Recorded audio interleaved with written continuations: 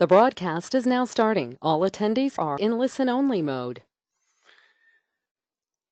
Well, hello everybody. Welcome to the Unit 1 of the Lunch and Learn series. Warm welcome to you all. This is a fresh start, a new beginning for a new series. I just want to make sure that I'm coming across loud and clear, so let's just get those logistics out of the way. If you look over on the right-hand side, if you're unfamiliar with this process, you'll notice there's a little box that says questions. Could I just ask you there to type in the word clear? And that, of course, lets me know that I'm coming across loud and clear and I'm not talking to myself, which is not a good thing for an hour. So could you just thank you, Nicholas. Nick, thanks. Thor, thanks. Alison, thanks. Jenny, thanks. Mark. Great. Sounds like I'm coming across loud and clear. So welcome to the Lunch and Learn series. A warm welcome to you all, wherever you are tuning in. And we've got people tuning in from all over the place. So it may not necessarily be lunch here, but nevertheless, it's lunch here in Brisbane.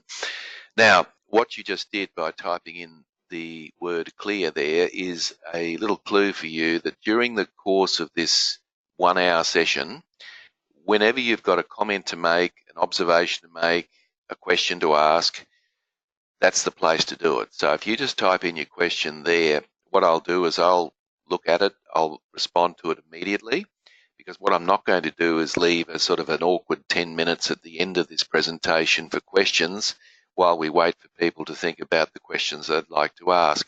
So the whole way to make this as interactive as possible is for you to type in your comment or question as soon as you think about it. Now, the only person that sees the question is me. So I'll respond to that as soon as I see it, and I'll see it immediately that you type it in. Now, the other thing that I'd say to you that at the end of this presentation, not necessarily this afternoon, but perhaps tomorrow, you'll receive a copy of the slides, and you'll also receive a full recording of the presentation. So just relax, you don't need to take notes, you'll get all of that information in due course, and if you do happen to miss any of these sessions, all I'd ask you to do is to register, and by registering, you will automatically receive the slides and the presentation, and of course you can review them in your own time. So that gives you some sort of indication, and of course I'm more than open to you emailing me at any time, and you can see my email address on the screen.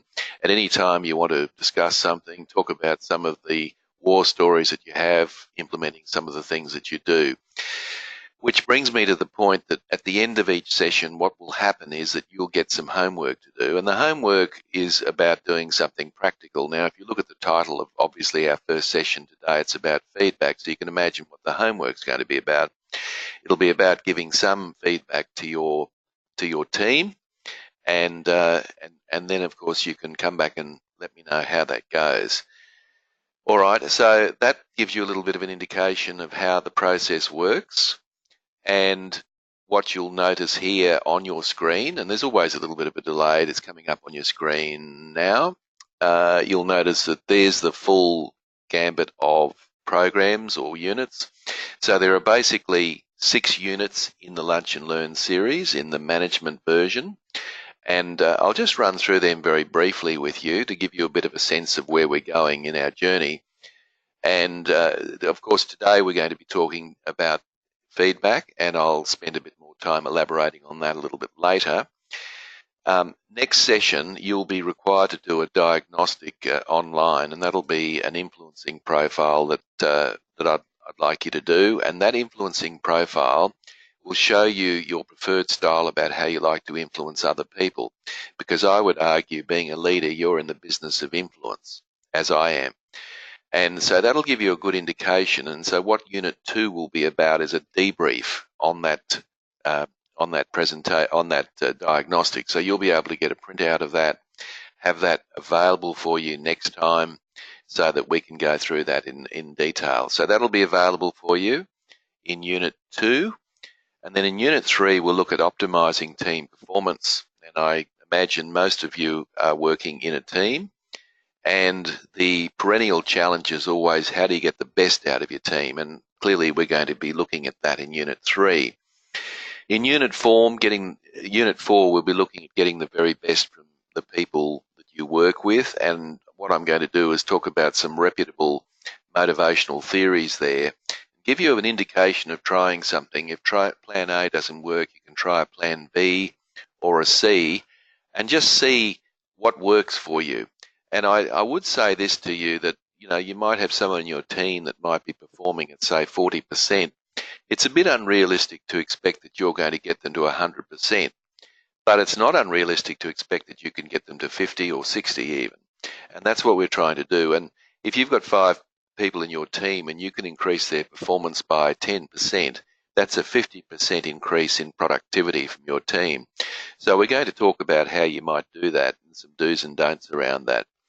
In Unit 5, we have our second diagnostic, which is a personality profile. Excuse me. And that profile will not be an electronic profile, but I'll be sending it to you, and I want you to complete it just like the influencing profile in Unit 2, and then come along to Unit 5, and what I'll do is do a debrief on that that'll assist you just to understand the people you work with, have a bit of fun with it, and basically be able to try a few things. And it's based on the platinum rule, which is treat people how they want to be treated, and you'll get better results. And then at Unit 6, we'll look at, finally, the facilitating effective meetings. And I dare say many of you do run meetings, and if you don't, you will at some point. And it's important to get good at meetings because our whole life revolves around meetings. You could argue that what we're doing here is a meeting, and when you finish here, you'll have another meeting and another meeting and another meeting, and it'll just go on. So obviously getting good at doing this is very, very important. So I would ask you to look at that. All right, so that's where we're going in the process. And if you've got any questions, comments, observations, you know what to do. Type it into the question box there, and I will deal with it as soon as I can. All right, so let's launch into feedback. Now, what I'm going to do in this session is talk about some of the do's and don'ts about feedback, and talk about both positive and negative feedback, because most of us have difficulty with the negative feedback, but the reality is most of us don't give positive feedback. So I want to talk about some of the things that you can try, and as I mentioned at the end of the session, you'll be given some homework around what you need to do. All right, so I'll just make this statement up front that if the annual reviews are the only time when feedback's given, that's a problem. But it's certainly better than nothing. So, yeah, sure. And I'm actually against annual performance reviews, but that's a whole nother story, and many of you are stuck with that and you need to work with it. But a lot of the problem with the performance review is that managers often save up all their feedback and then give it to their participants one-on-one in their performance review. And the feedback loses a lot of its credibility. And the reason for that is because it might have happened 6 months ago or 4 weeks ago. And the person on the receiving end of that feedback is thinking to themselves, well, you know what, if that was really as important as you claim, surely you would have given me that feedback at the time. And of course, that doesn't necessarily happen. So what I'm really on about here is that we should be regularly, as leaders, giving feedback. Moment by moment, day by day, incident by incident, project by project, regular feedback is what we need to be giving people. And hopefully by the end of this session, if you're not convinced already, you'll realise that it's really important to do so. All right, so here's a couple of stats that are quite interesting and sobering to get us underway in the Lunch and Learn series, and in particular the issue about feedback. So we need to be giving people more feedback. Have a think about some of this. 60% of employees don't understand their organisational goals. So this is what the research is telling us. So 60%, 6 out of 10 people really don't know where the organisation's going, what the key priorities are. Now, obviously, if that's the case, then it means that obviously 40% do know, but it means that people are probably working on the wrong priority at the wrong time, and perhaps even in the wrong way. So feedback does remedy that to a certain extent, fact, it's interesting that Australians, um, uh, surveys show, are probably the worst as far as managers are concerned at giving feedback. So we've just got to learn to get good at this, and you can do it, and it will be well received. 87% of employees aren't engaged in their work. Now, you've probably seen surveys like that, and the 20% actually actively undermine the value of what you're trying to do. So that's pretty much a damaging indictment, isn't it? And look, let's face it, the employee, if I could call them that, or the team member, they have a responsibility to be engaged. There's no question about that. And I think a lot of the literature around this is suggesting that we, as leaders, are the ones who should be doing that. Well, certainly we should be creating the motivational environment. We should be creating the environment for people to be motivated. But at the end of the day, it's up to them to be engaged. But nevertheless, when you look at those statistics, it would probably suggest that we're probably not doing it terribly well. 77% of employees say their performance could be improved with more feedback. So giving feedback increases engagement by 60 times. So if you want a more engaged workforce, then the remedy for that is to give more feedback. And the interesting thing about that is not just positive feedback, it's any feedback, as long as it's accurate, it's timely, and it's specific, and some of the things that we'll go through today. But if you do that, then you're going to have a far more engaged workforce. So what employees want is more feedback. They don't always appreciate it at the time, but in the full scheme of things, they need it and they want it. And it's important that they get it. So 77%. So it's only, we're only talking 23% of people who think that they're getting adequate feedback at work, which is quite alarming, I would have thought. 50% of managers fail to hold team members accountable and have hard conversations. And this is the not wanting to open the can of worms or let sleeping dogs lie. And we kind of think and rationalise that, it's not even worth going there. They're not going to react well. So what I'll do is I'll just park it and I'll just hope like anything that they get it. Well, guess what? They won't get it and nothing really will improve. So what choice have we got? Well, all we can do is give feedback and do it as appropriately and as effectively as we can. And if you apply some of the little tips that I'm suggesting here, it should bump up your odds of doing it more effectively for the people that you might be reluctant to be giving feedback to.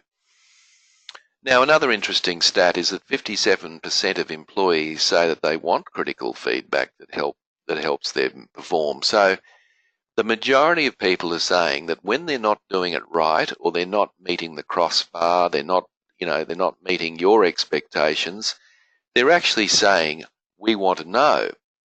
Now, of course, it's all in how you present that information, but at the end of the day, they're saying they want to know.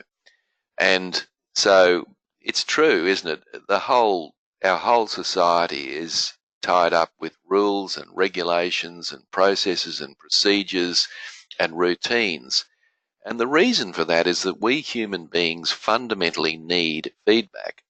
We need to know where the line in the sand is, firstly, and secondly, we need to know whether we are meeting that line in the sand. So we need two things. We need to know what we're supposed to be doing and to what level. And then once we know that, we need to know how we're tracking in relation to that crossbar, so to speak. So there's some pretty damning statistics there to suggest that all of us could be doing a better job at giving feedback. So I strongly urge you to do this and to take this seriously. And I guess if you did nothing else out of the program, but you just started habitually giving people more feedback, positive and negative, every single day, you're going to find a far better level of engagement. You will find a much better result overall. So I strongly urge you to do that. Now, you might be thinking to yourself, well, you know what? I don't get it from my boss. Well, you may not be getting it from your boss.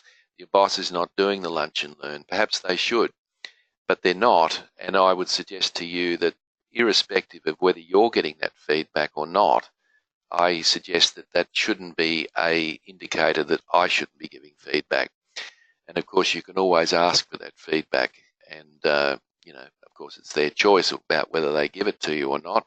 But at the end of the day, you could ask for that feedback. So there's some damning statistics around giving feedback.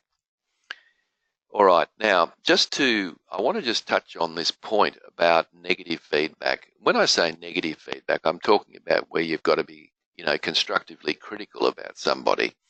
So have a look at this chart, which is quite interesting. It's a fairly simple chart, but it does make a very powerful point. So people who only receive strength-based feedback, that is what we'd perhaps call positive feedback. If all you did was give people positive feedback, that's all you did, then it's likely that you're going to have a really engaged workforce. Okay, so there's a tip. So perhaps I could say thank you more often. Perhaps I could just let people know I appreciate the work that they're doing. And perhaps I could do that a bit more. So there's no question that that will help in terms of engagement. But what I find the most interesting here is the next two bars. So if you have a look at the next two bars, you've got receiving critical feedback. Now, if all you did was give people critical feedback, then you will still have, perhaps not to the same extent, you will have more engagement. So in other words, people are asking for feedback, and they're asking for negative feedback or critical feedback as much as they're asking for strength-based feedback. So there's some interesting thoughts, and I'll just touch on the third bar in a moment. I've just got a question here, and Thor's asking, is it possible to give too much feedback? No, Thor, it's not possible to give too much feedback. In fact, you'll never be criticised for doing that, provided it's genuine, provided it is relevant, provided it's specific, and provided it's helpful. So, no, if you do it the right way, you will find that people will not be critical of you for giving too much feedback. It's a bit like saying thank you. I very much doubt that people would actually say to you, Tim, just go easy on the thank yous. I don't need all these thank yous. I can't imagine that happening. It's highly unlikely that that will happen. So good question, Thor. I think the answer to that is no. I think and even if it was yes, I mean, I would rather be criticised for giving too much feedback than not enough. So I think the answer to that is no. So just go for your life, and that's what I'll be suggesting to you in your homework.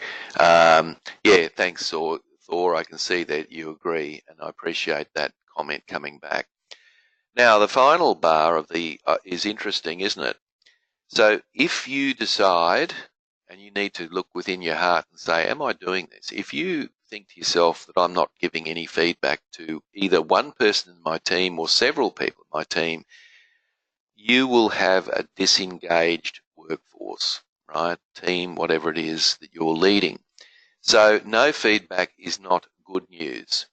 So in other words, if you want to engage people, you need to be giving regular, timely, relevant, specific feedback. And so that's my real point there at the beginning. So I just want to set it up before we start getting into some of the nitty-gritty around how you do that, to just say that this is critically important to what you're doing as a leader and to the people that you lead.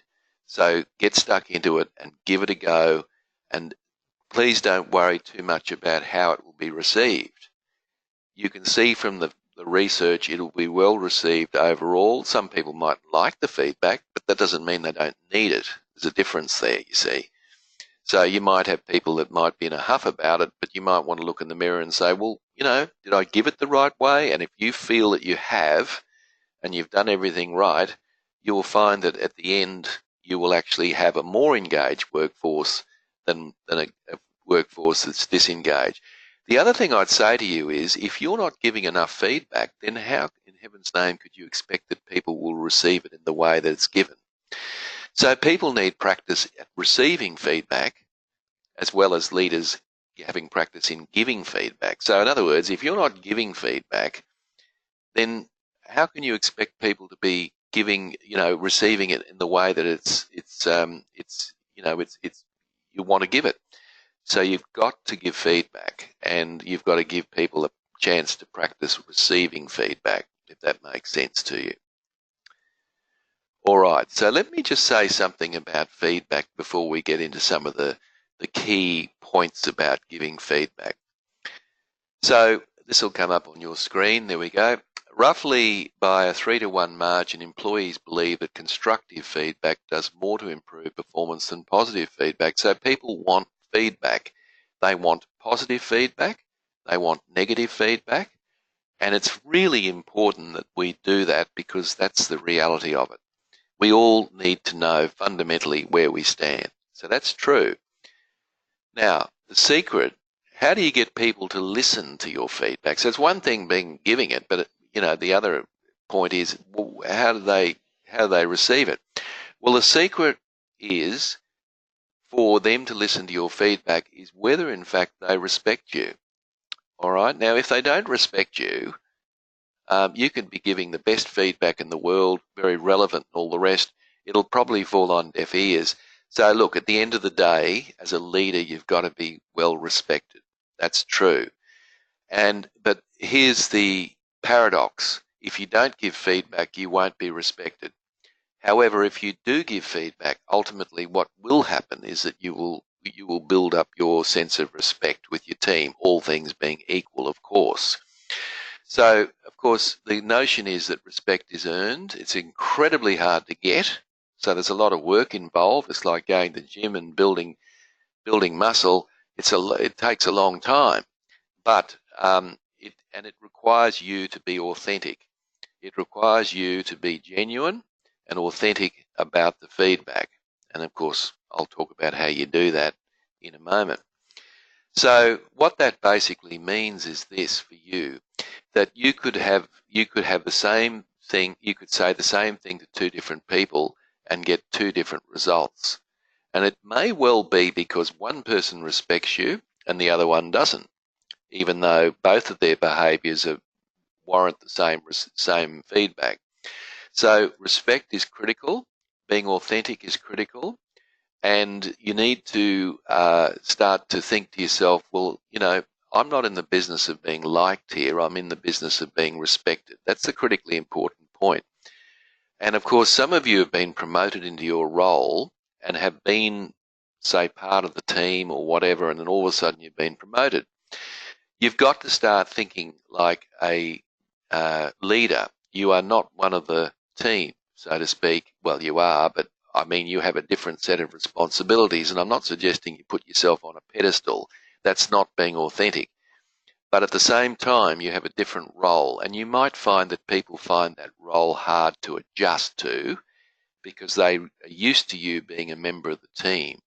So you've just got to be able to change that somewhat, and I'm going to talk more about that as we go through the Lunch and Learn series. All right. So what I want to start with is talk about managing expectations. Now, this is enormously complex. A lot of people think that this is a fairly straightforward matter. It's not. It requires a little thought. And as I go through, there are 7 questions that you need to ask yourself in terms of managing the expectations that you have of other people. So what's the first question? Well, the first question in relation to managing expectations is this. What are your expectations as a leader? Are you absolutely clear about what you expect? What is the minimum acceptable standard of performance? Are you absolutely crystal clear in your mind about what you expect in all the ventures that your people do? All right. So, if you're working in an IT startup area, are you absolutely clear about the requirements in terms of deadlines for getting jobs done? Or if you're in the police service, are you absolutely crystal clear about the way information is recorded at an incident? Are you absolutely clear about that? That's the first key thing, because obviously, if you're not clear about it, that means that you can't articulate what it is because you don't know yourself. So that's the first thing. That's before you even communicate one word to your team. And then once you have worked out what it is that you expect of people, the next question that you've got to be able to respond to is, have I communicated these expectations to my team? Now, a lot of you would probably say, yes, I have, but I suspect that probably what's happened is you're probably partially right. But I think, one of the things I would say with communicating expectations is being persistent and consistent. Persistent means you just keep doing it over and over again, like a broken record. And consistent means that you communicate the same expectations to everybody. That's what we mean by that. So have you communicated? Now, you can do this one-on-one, and you can also do this in your team meetings, but you should be doing it in both, in fact.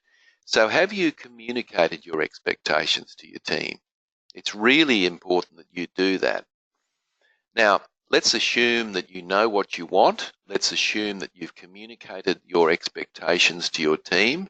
The next key question that you've got to ask yourself is, do my team understand my expectations? Now, just because you've communicated something to somebody doesn't necessarily mean that they understand it, that they get it. So the question then is, does your team actually understand what your expectations are? Now, that's really, really important. So how do you do that? Well, you just have a dialogue and get them to, do they understand? Ask the question. Is it clear to them why I'm asking this to be done? Is it clear what this expectation means? Is it clear how this relates to your work? So, spend a bit of time just making sure, and you can do this one-on-one, that people understand what you expect of them. Now, let's assume you know what you expect. Let's assume you've communicated it. Let's assume that they actually understand what you expect. The next key question you've got to ask yourself then is, do my team members accept my expectations? So it's one thing understanding it, it's another thing accepting it. So if someone doesn't accept your expectations, even though they understand them, then it's likely that they're not going to meet them because they don't accept them. So do they accept them? I mean, do they think, for example, that your expectations are too high? Do they think your expectations are unrealistic? Do they expect that your expectations are not real? So are you absolutely sure that your team accept your expectations? Because without that, you're not going to be able to achieve much. So let's assume you understand what your expectations are, you've communicated it, it's understood and it's accepted. Surely that would be it. Not quite. Question 5 then is, are your team members committed to meeting those expectations? So it's one thing to understand them and it's another thing to accept them, but it's quite another to actually commit to them. So how do you get people to commit to your expectations? Well, ask them. That's the way. You actually ask them. What do I mean by that? You actually say, can I get your commitment that you'll meet this expectation? That's essentially a good question, because what that does is and you're expecting a nod or a grunt or a yes. And once you've got the nod, the grunt or the yes, it's likely that people have demonstrated a commitment and it's likely that they do follow through once you've done that. But of course, a lot of us assume that because people have accepted it, that they were committed to it. Not necessarily. So let's assume you know what you're on about. Let's assume you've communicated it. Let's assume that people understand it. Let's assume they've accepted it. Let's assume they're committed to it. Surely that's the end of the road. Not quite. 2 more questions we need to pose.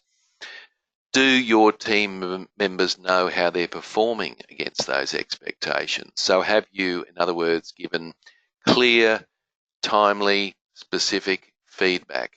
Have you done that? So in other words, do they know how they're tracking against the expectation that they themselves have committed to? Because even though they may be committed to something, it doesn't necessarily mean that they're performing at the level that you expect. Now, the final question you've got to ask yourself in all of this is a question around your support. So the question there is, am I supporting my team members to achieve those expectations? Am I removing organisational blocks? Am I paving the way? Am I coaching my team? Am I giving them some capability training? Am I doing all those things so that they can, in fact, achieve those expectations? So that sounds like a whole lot of a headache, doesn't it? But at the end of the day, if people aren't meeting your expectations, do you now have a framework to look at and say, well, which of those things perhaps am I not doing? Or which of those things could I be doing more of? And if any of those 7 questions are answered in the negative, then it could well explain why people aren't actually achieving the expectations that you have of them. So that's a little framework to work with, and of course you'll be getting the slides later and you can review those later. So any questions, comments, guys, anything that you'd like to ask, go for your life, because I'm more than happy to try to respond to those as we go. All right. Okay, let's move on. Now, what I want to do now is actually look at some of the really important principles of giving feedback, whether it's positive feedback or constructively negative feedback. Whatever it might be, I want to look at some really important elements, and I want you to have a think about these. And the first one you can see on your screen is timing. And what I mean by that is that your feedback to your team members should be done as soon as possible. So in other words, after the event or the incident or the behaviour, you need to be giving feedback as quickly as you can. Why? Well, because if you give feedback immediately after an event, then you're sending a very strong signal to that person that this is very important, that either you appreciate them meeting that expectation or that you need to remedy the fact that they haven't met that expectation. So timing is everything. So imagine, for example, in your performance review, you said to somebody in their performance review, you said to someone, look, I forgot to mention to you, but 3 months ago, you gave a great presentation to the team, and I just wanted to congratulate you on that. I haven't had a chance to thank you for that, but it was great it was great what you did. Now, what the person on the receiving end is thinking about that is, thank you, they're probably thinking that, but they're probably also thinking, well, if it was that great, why wouldn't you have said something about it after the meeting? Why wouldn't you have bailed me up in the corridor and said something about that? You see, so the longer you leave the feedback, the less impact it will have. Now, that's problematic for you as a leader, because every one of us in this broadcast today is busy. We're all busy people. So sometimes it's not always practical to be able to give people feedback immediately after the behaviour or the event or whatever it is. And what that means, of course, is that time lapses, and by the time you get around to giving that feedback, it will be less effective.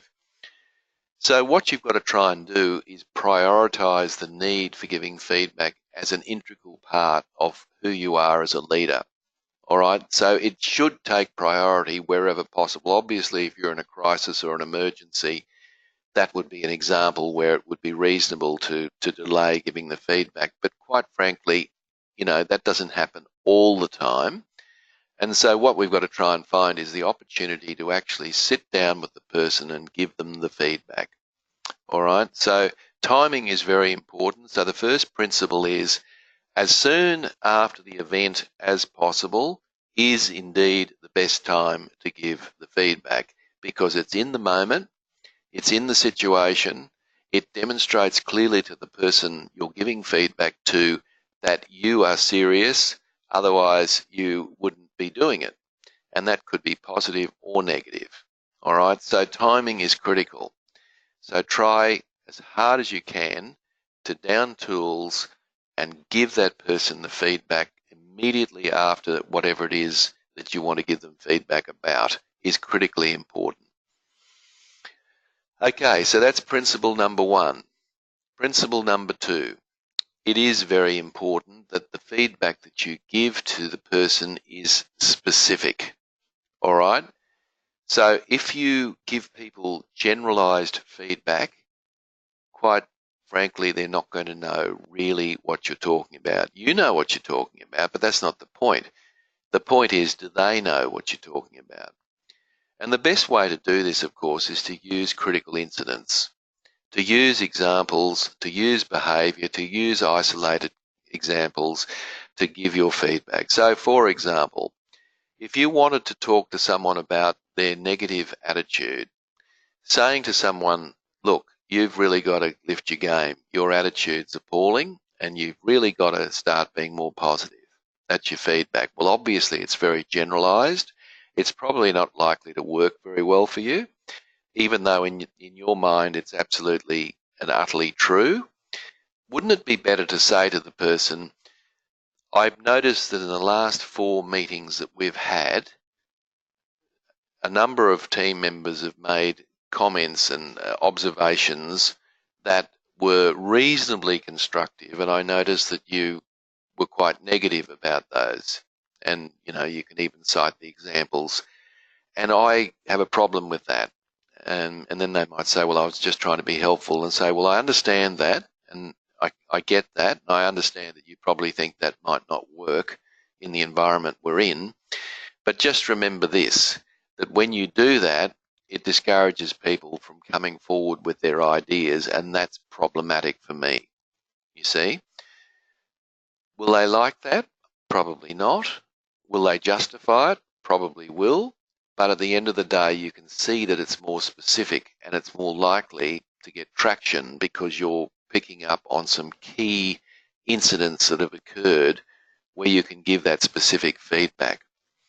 All right, so be as specific as you can. In other words, before you open your trap, what you should actually do is to think, now, how am I going to express this?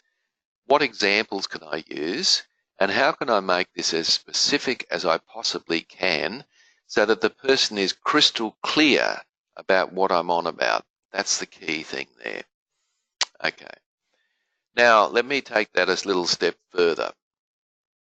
If you think about this from the point of view of giving feedback, let me give you an example. I've sort of used this example earlier on. So if you said to somebody, for example, overall, great job on the presentation at this morning's meeting. So you're giving positive feedback. But it could be better.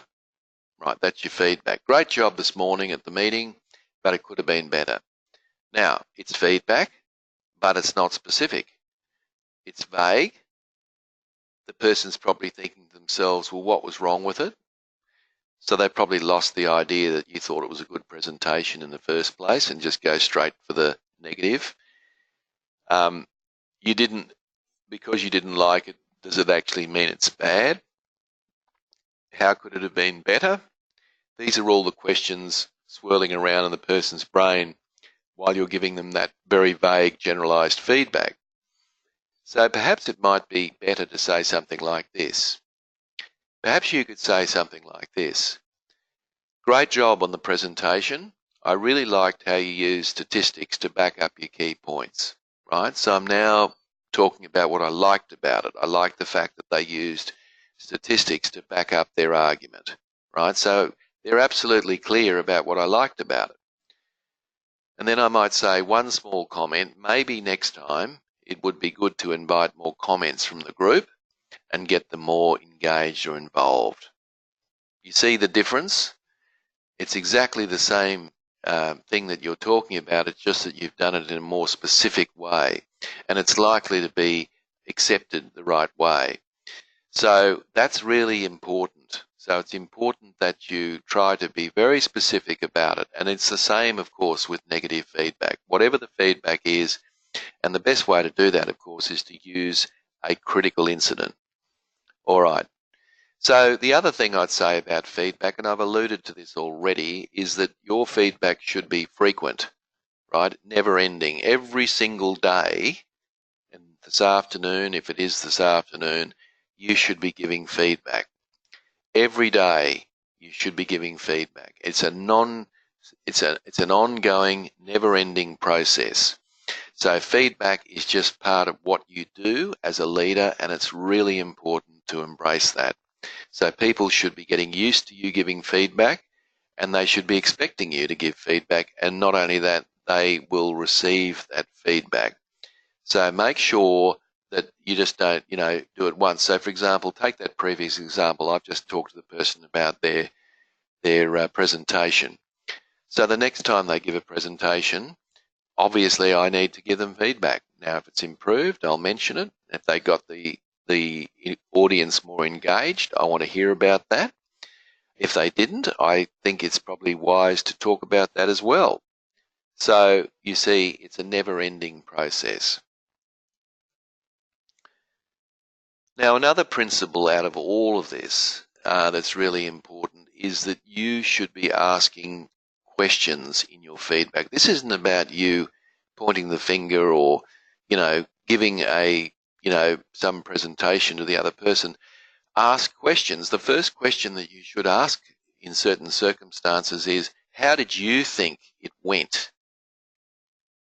Right? How do you think it went? What did you like about what you did? What didn't you like about what you did? And what will you do differently as a result of what you did? This is called an after-action review, and the military use this very effectively, and the corporate world has been very slow to pick this up.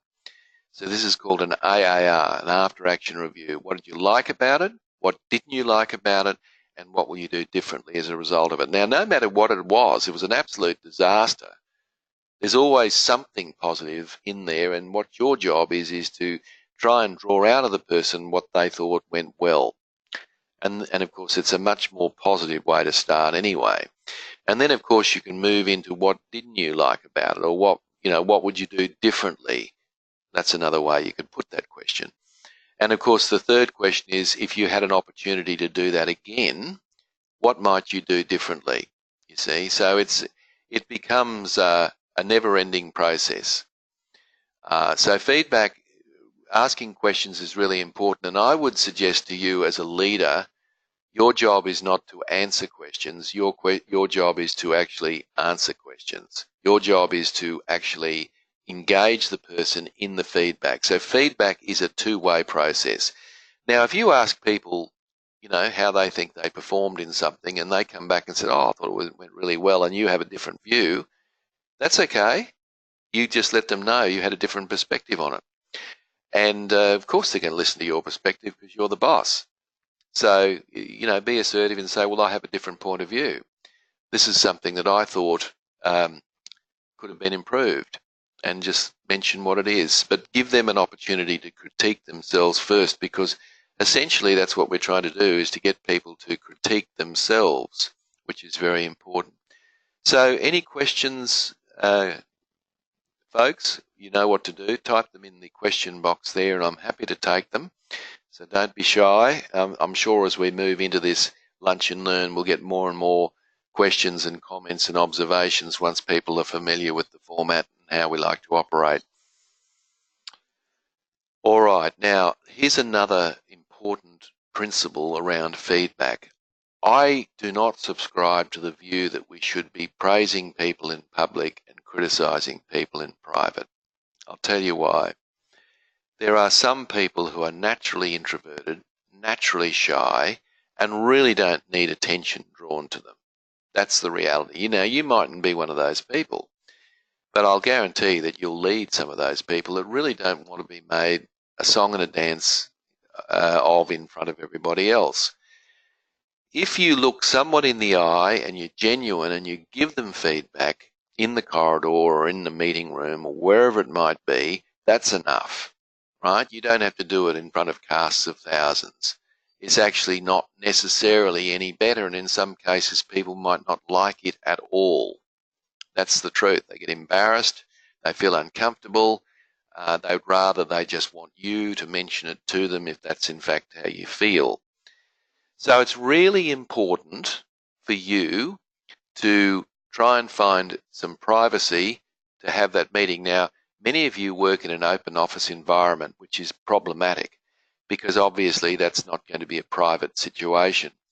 So you need to go outside. If there's a balcony, find a balcony, or if you need to book a meeting room, book a meeting room. All right.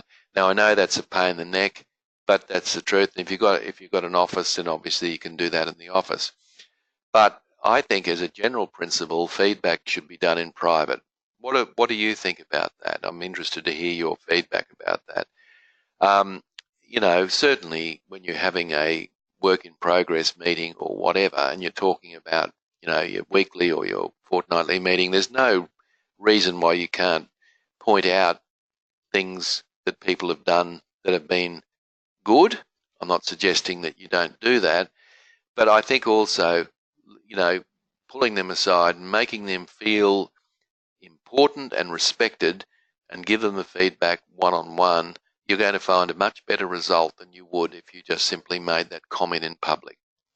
All right? Because, as I said, some people are embarrassed about that. So that's not necessarily a good thing.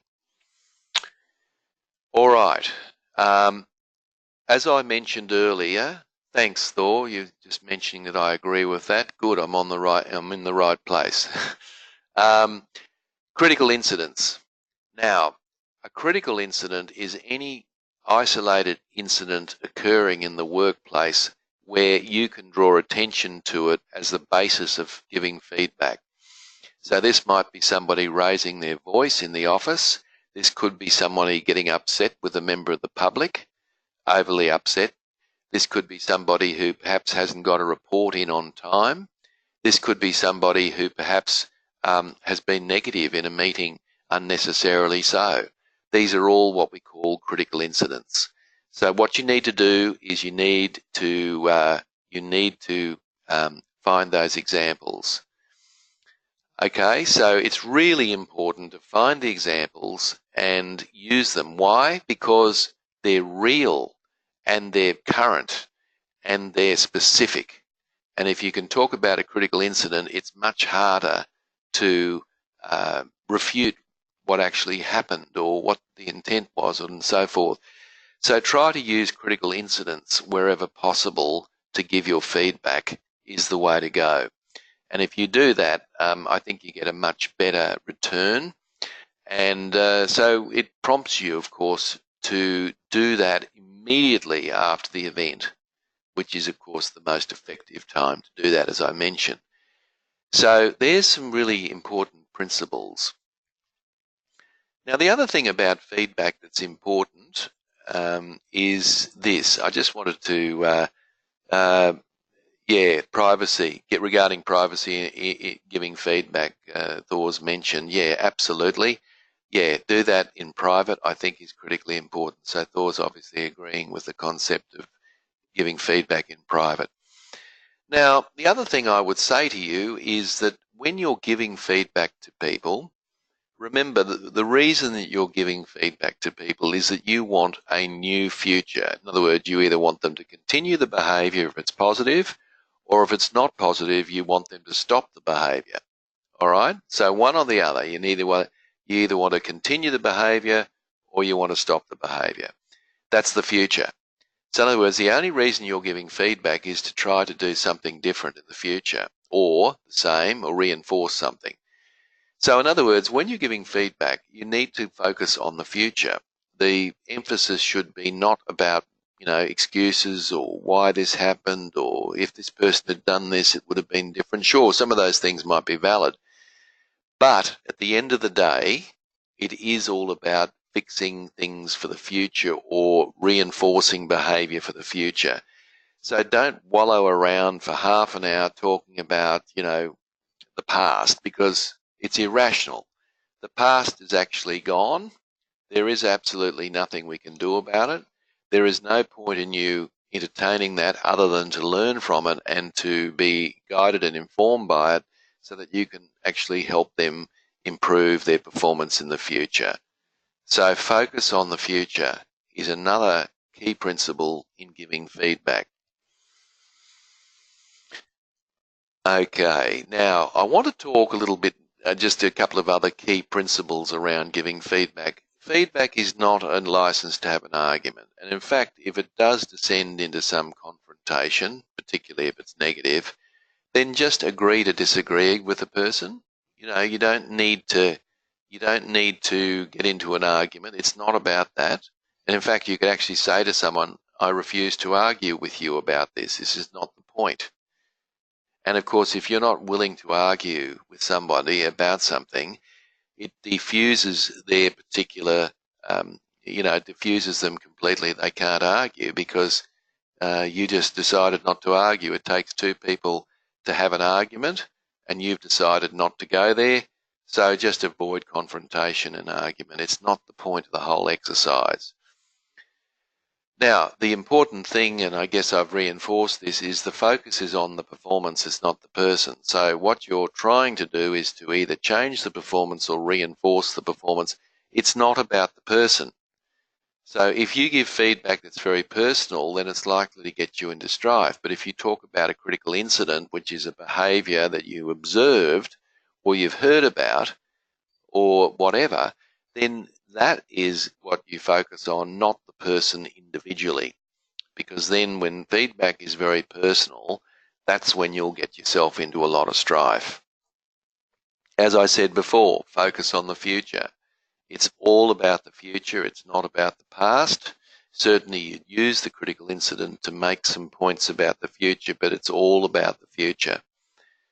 The other thing I'd say in feedback is that talk about the positives too. Like, for example, here's the worst case scenario. If you're giving feedback to someone, the whole reason that you're giving feedback, or the whole implication of it, is that you believe that that person will be able to make a difference or change in the future. Why not say that to the person? At least that's positive. So say, look, I'm confident that this can be improved, or I'm confident that you could do it differently next time. What do you think? Put a question on the end of it. So it's actually emphasizing something positive out of the feedback. But of course, as I used the other example before, there may be something very positive in the exchange or the incident that you noticed that you can draw attention to, and then you can focus in on what you want changed, which is very important. And the final point there is to seek out the causes. So when someone's given you some example or they've given you an excuse, or, seek it out and ask them, well, what are the barriers here? What's getting in the way? What stopped you getting this report in on time? Let's talk about that. So seek out what it is, because sometimes the reason is not the reason. So seek out the cause. Find out, have a discussion, a conversation about it. Find out what it is that's getting in the way. It may well be something that is quite legitimate and something that you as the leader may need to, remove as a roadblock organisationally, if you can, of course. So there's some principles, and just coming towards the end now. So if you've got some questions, folks, now's the time to tap away, because I'll be happy to respond to those before we finish in about 5 minutes. So, guidelines for conversations on poor performance. Now, poor performance is always the more difficult conversation, and often what happens is we shirk it because we find it so difficult. So when you've got to pull someone up about poor performance, here's a couple of things that I think are critically important. There's no time for chit-chat. If you have to pull somebody offline and give them some negative feedback, get straight to the point, right? Because the person's sitting there thinking, what is all this about? Why has this person pulled me aside? Because they mightn't know. And the tension rises the longer you hold back. So you start off by saying, look, the reason I wanted to have a conversation with you was about what I just noticed there before when you did blah, blah, blah. All right, so you get it out in the open, and think carefully about that first sentence that comes out of your mouth, because that's the most difficult part of the whole process. And once you've done that, the next step is, of course, part of that is explaining the purpose of the meeting. So people need to understand, well, why have you pulled me offline, and what is it you're wanting to talk to me about?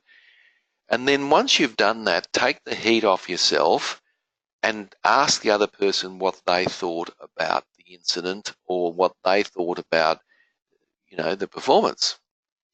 So what you're trying to do is to get feedback from them about how they think they performed in those circumstances.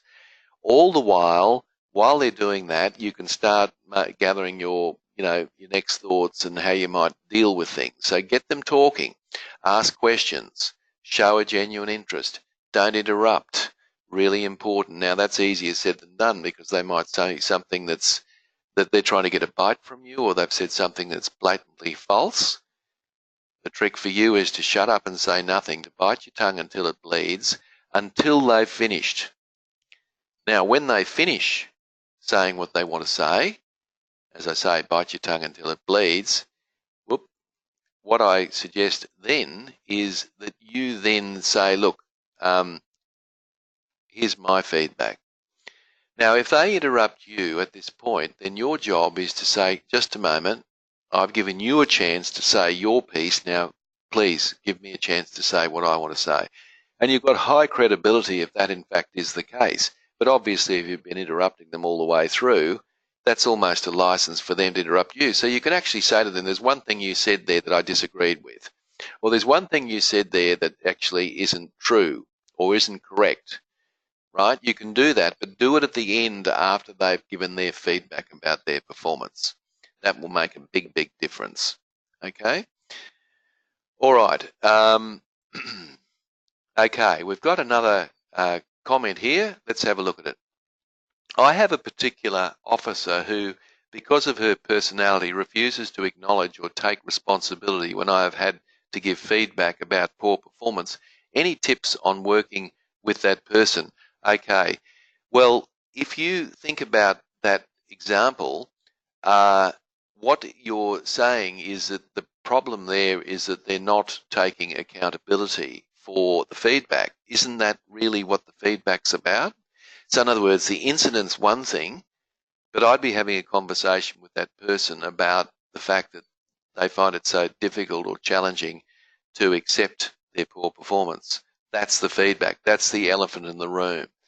So what I would be suggesting to you is, Erin, what I would be suggesting to you would be to have a conversation with them about the fact that they aren't able to receive the feedback.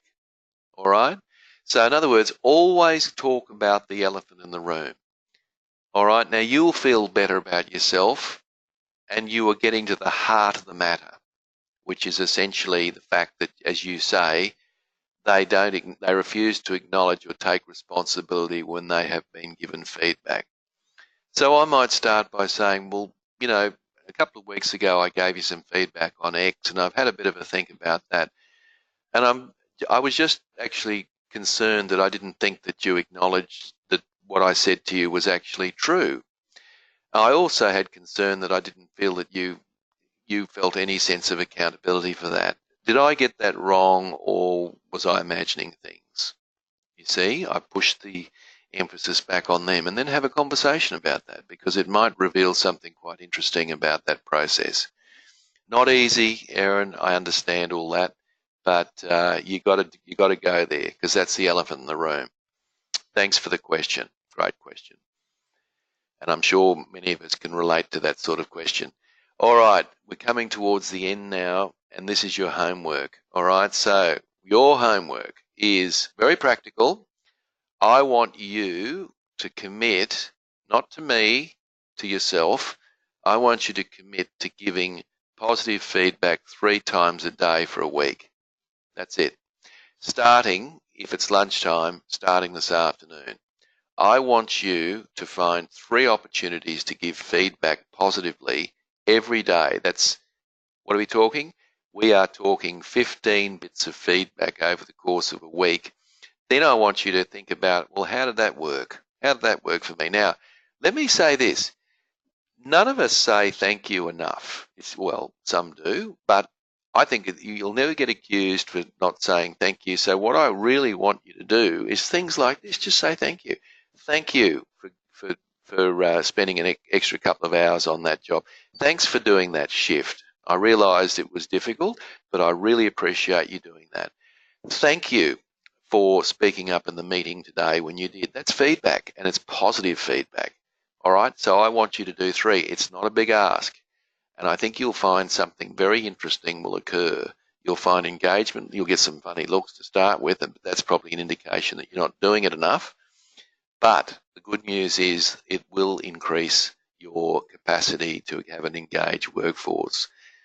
My pleasure, Erin. Thank you. Lucky they are far and few between. Absolutely. Of course, Erin was talking about the person that didn't take responsibility for the feedback. So good luck with that. Let me know how you go, because I'm always keen to hear. So, guys, that's the homework. So I want you to get in there and give it a shot. And the last slide here is just simply showing you the format. And just remember, we want you to do the diagnostic online for Unit 2. So when you get the email from me, it won't be this afternoon, it'll probably be tomorrow. When you get that, you'll get your slides, you'll get your recording, and you'll also get an invitation to complete your influencing capabilities profile. So complete that and print it out, and then next time we meet in a fortnight, we'll be able to go through that, and I think you'll find that very enlightening. So thanks, folks. Thank you for the opportunity of working with you. Thank you for the questions and the comments we got today. And I wish you all the best, and I'd ask you, have a great weekend, and I'd ask you to start giving 3 bits of positive feedback every single day. Guess what? Starting today, not Monday, today. All right? Thank you, and I wish you all the very best. Thank you and goodbye.